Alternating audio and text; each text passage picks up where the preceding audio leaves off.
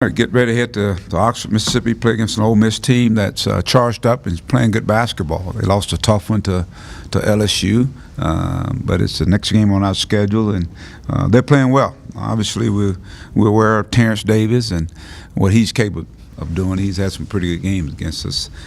Then Tyree is playing really awful well for that basketball team. And they've added some other pieces to that team, and of course, I think Kermit has done a good job of really utilizing the talents that these guys have.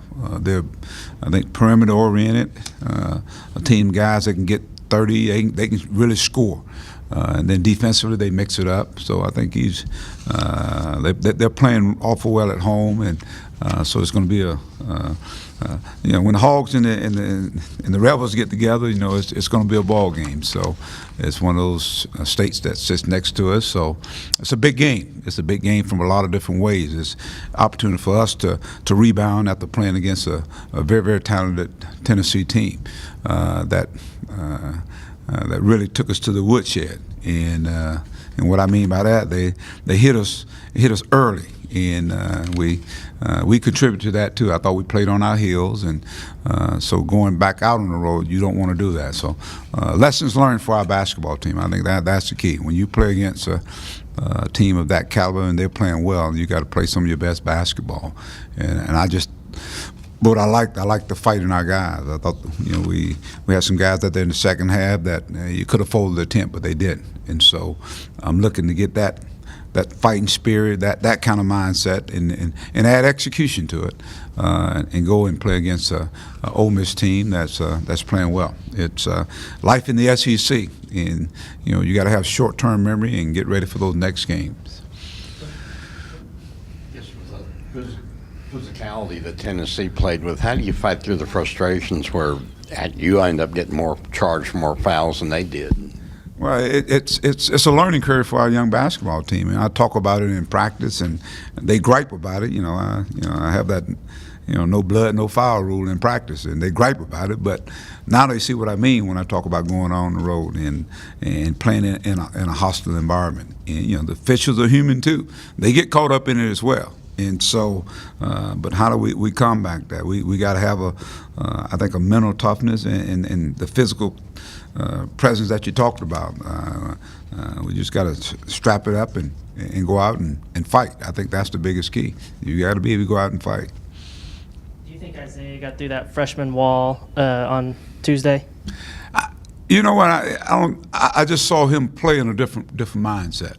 I thought him kind of elevated his play up. I thought of his intensity. I thought, as I told my guys, I just saw the fighting spirit that I've been looking for in this team, and so hopefully that's growing for these young guys, because it's one thing that they're gonna play you a certain way.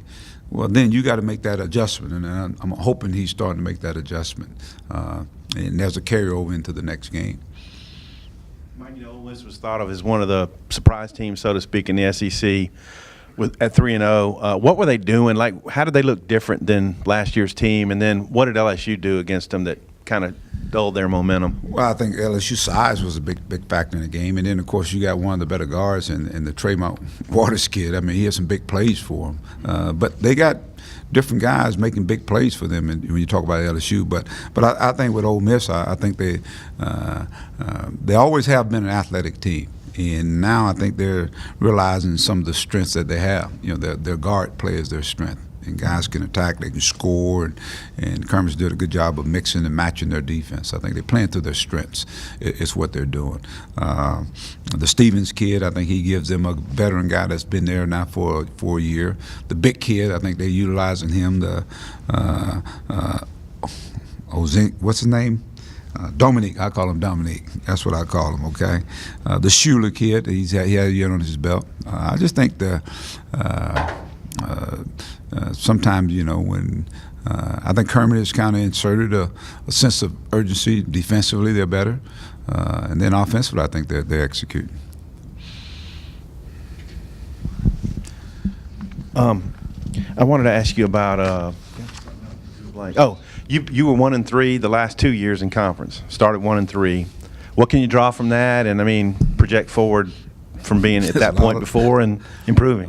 A lot of basketballs left to be played, and we hadn't been playing chopped liver. Our league is really, really good, and if you don't show up, and I hate to keep saying it, but for the most part, we've been every game. We've been right there, a possession, a free throw here, with the exception of the Tennessee game. But even in that game, I thought in the second half, I think we showed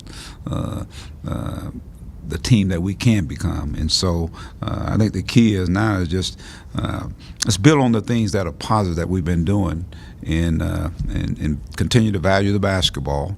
I think you get to that free throw line to make it. And I think we got to get defensive. I think that's what's got to take place now. And we've been this. You're absolutely right when you said that. When you just said that, it clicked on me.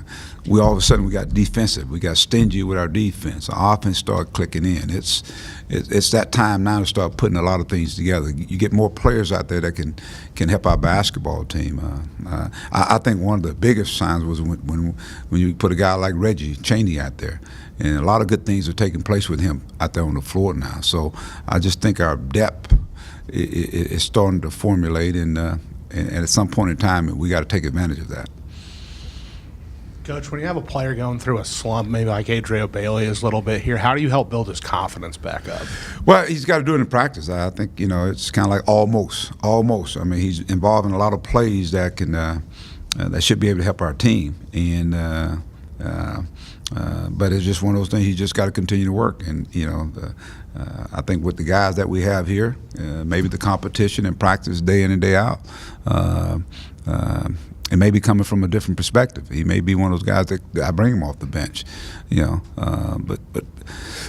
but he's one of the guys that has played the most. He and Daniel have, and so he knows what the expectations are in our league in terms of playing. But I think he just got to stay positive in his play. You try to do other things. A lot of guys, predicate their game on scoring, but there's other things that you can do. Be an energy guy, take charges, rebound, be a fixture on defense, defend the toughest, the best player on the other team. I mean, there's some things that you can do other than the scoring part, and that's what people they translate slumps to, guys scoring, and he's not a big time scorer, and we know that. There are some games where he scored for us, but we need him to play at a better level than he's playing right now. You mentioned Reggie. What have you liked about his game since, I guess, he played 5 minutes, didn't score against Florida last Wednesday? Reggie can. He's one of those guys. He can finish. He can make plays defensively, offensively. If you notice, he touches a lot of balls out there, and he comes up with them. But he rebounds the basketball. He can fix things. He's athletic, and I think he complements Dan out there on the floor.